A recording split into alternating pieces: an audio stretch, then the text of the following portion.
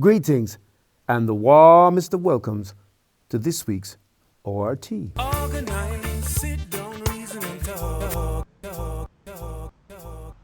We are without panelists Ebony Harmony, Kindred Spirit, and Brother S due to the unfolding situation of the virus.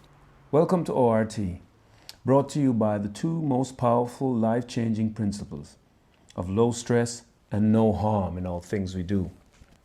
Thank you for sharing with me your most valuable asset, your time. There's nothing quite like a hard luck story to grasp our attention and get us to consider our lives and our achievement or lack of. The unluckiest boy in town, a boy named Red. Red was born number 10 out of 11 children, but most of his youthful life he deeply regretted being born into his family.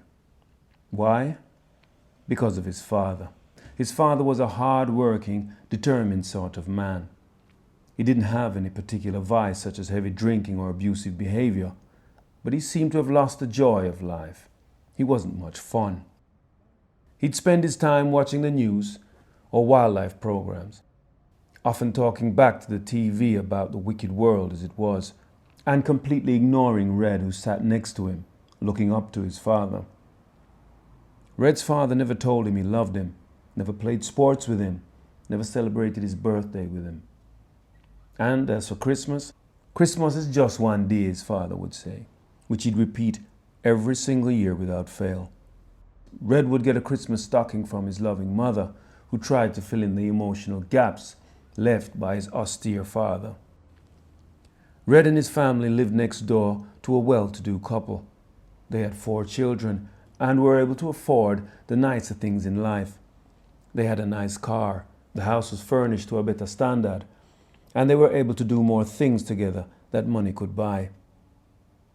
One year, during the school holidays, Red watched one of the neighbor's children, who was roughly the same age as him, go up and down the streets on a shiny go-kart with the biggest smile across his face. However, within no time the go-kart was wrecked, but it was soon replaced by a shiny bike the following year. He wrecked that too, but that was replaced by a new toy, clothing, or expensive track shoes. When Red wanted a bike, his father pointed him in the direction of the backyard for him to pick through the old odds and ends of bicycle bits discarded by his older brothers. Just like his clothing, he had to get by on hand-me-downs.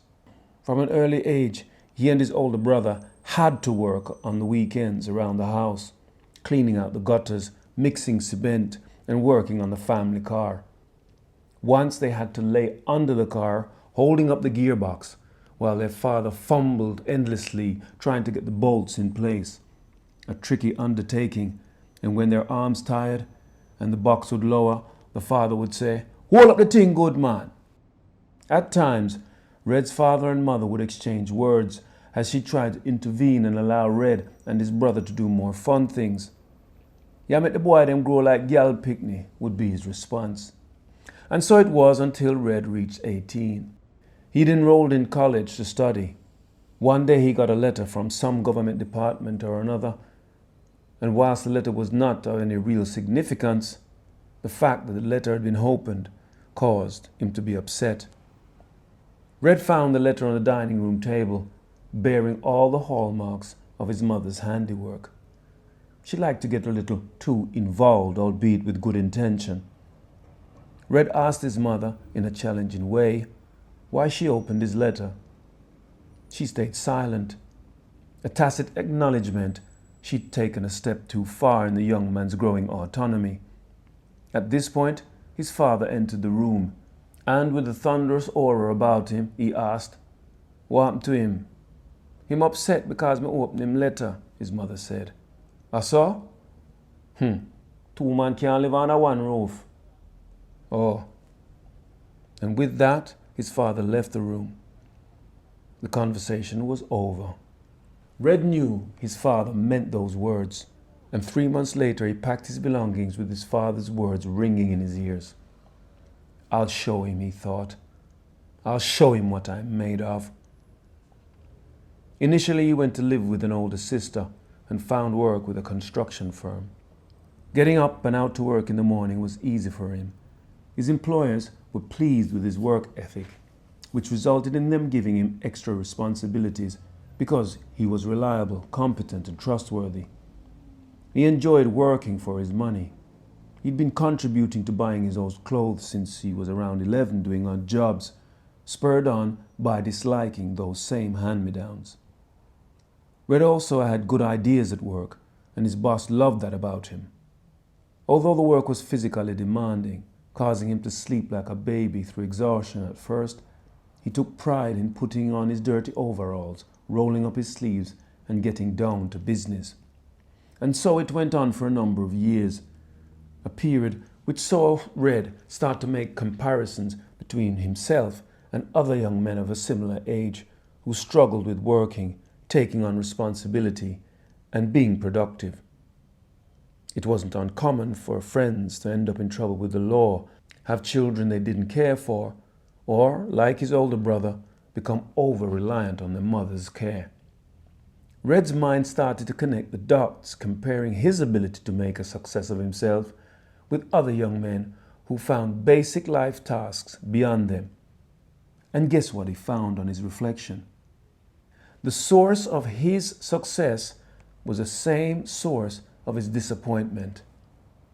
His father. All those years of working with his father, watching him use his mind to resolve puzzles, using his physicality, and more importantly, being self-reliant, had been internalized and had shaped his way of thinking. Do you remember his father pointing him to the odd bits of cycle parts in the backyard left by his older brothers? Red now looked back at that moment as a key reference point, recalling when he and his father assembled and painted the bike almost out of thin air.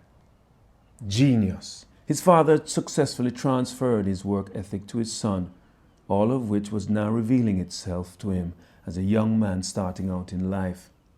With this realization, Red now had a big decision to make.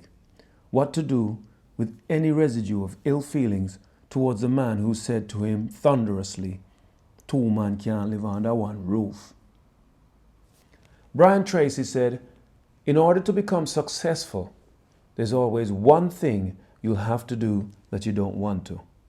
Red now had to reconcile his ill feelings. Amazingly, he had no malice towards his father. Quite naturally, he'd found it easy to forgive him. Hard work makes a man humble.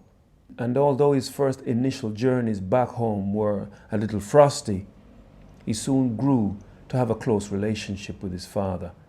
And as he continued to enjoy success in life, his father became extremely proud of him. So much so, friends and neighbors would tell him when he went back home that his father was talking about him continuously, giving them a blow-by-blow account of his son's trips and successes in life, as though he were living vicariously through his son. As for the boy with the go-kart and the shiny new bike, he became a drug addict, and into his 40s was still reliant on his mother. They say we are most creative when our backs are against the wall. Ancient wisdom says necessity is the mother of invention. And I don't know about you, but I don't contradict ancient wisdom.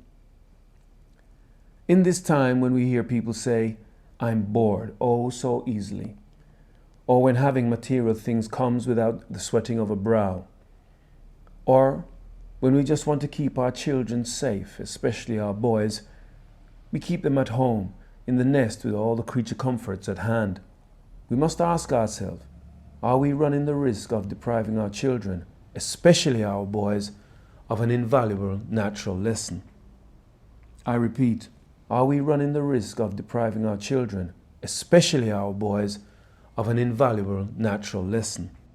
We must have faith in nature. Believe it or not, nature knows better than we do. And the wisdom of nature can be found and must be found in work.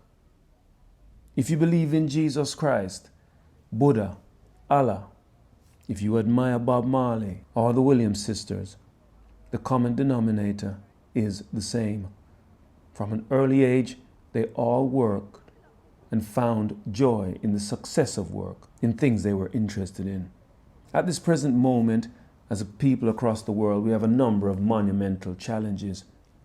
Big pharma, deep state, the concentrated unchecked power of corporations, rising diabetes and hypertension, the threat of radiation through 5G. All of these things will not be met through wasting time on fetish like game shows, gambling, sports, and Netflix series. Yes, we need to relax and have fun, but I think you'll agree the pendulum has swung too far. Hedonism and self-indulgence plays too great a role in our lives. And I'll tell you something else. That little boy Red was me. And even though my father's journey to the ancestors, I still work to make him proud, and I will continue to do so as long as I'm alive. Thank you for sharing your most valuable asset with me, your time. This is ORT.